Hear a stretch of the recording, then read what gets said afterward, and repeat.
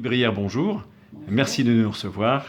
On est aujourd'hui à Paris, le 8 juin 2016, et nous sommes à quelques minutes de cette dédicace d'aujourd'hui. J'avais 4 questions effectivement à vous poser, et notamment, quelle a été votre motivation pour écrire ce livre, Le syndrome d'épuisement?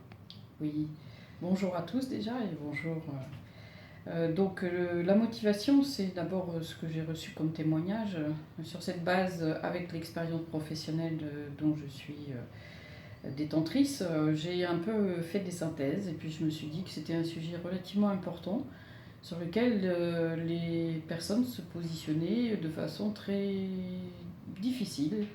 Donc en tant qu'association qui développe un concept de prévention, on a décidé dans l'équipe et moi-même de donner la parole aux personnes qui sont touchées de ce syndrome, que l'on nomme plus couramment burn-out, mais nous sommes optimistes, donc nous estimons et j'estime en tant qu'auteur que le burn-out est la maladie avérée du syndrome d'épuisement. Donc j'essaye d'apporter en amont des solutions et voilà. Merci. Alors, deuxième question qui me vient à l'esprit. Pensez-vous que ce syndrome soit guérissable?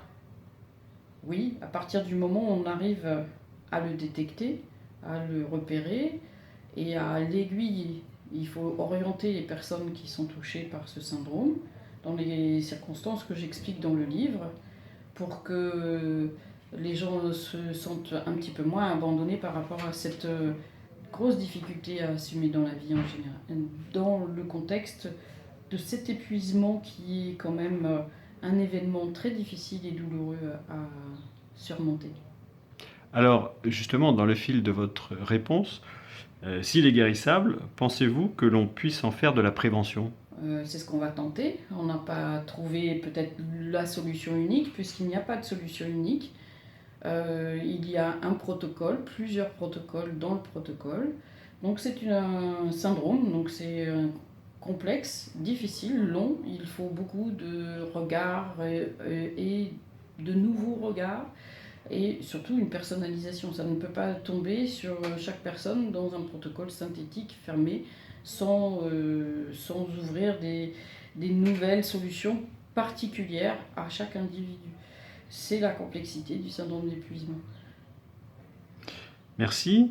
Et enfin, pensez-vous que le syndrome d'épuisement soit cantonné à l'activité professionnelle?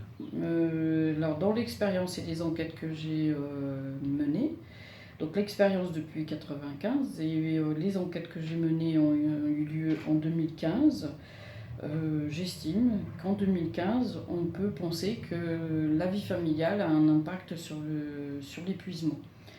Parfois quand même, on y retrouve un très grand mal-être en entreprise.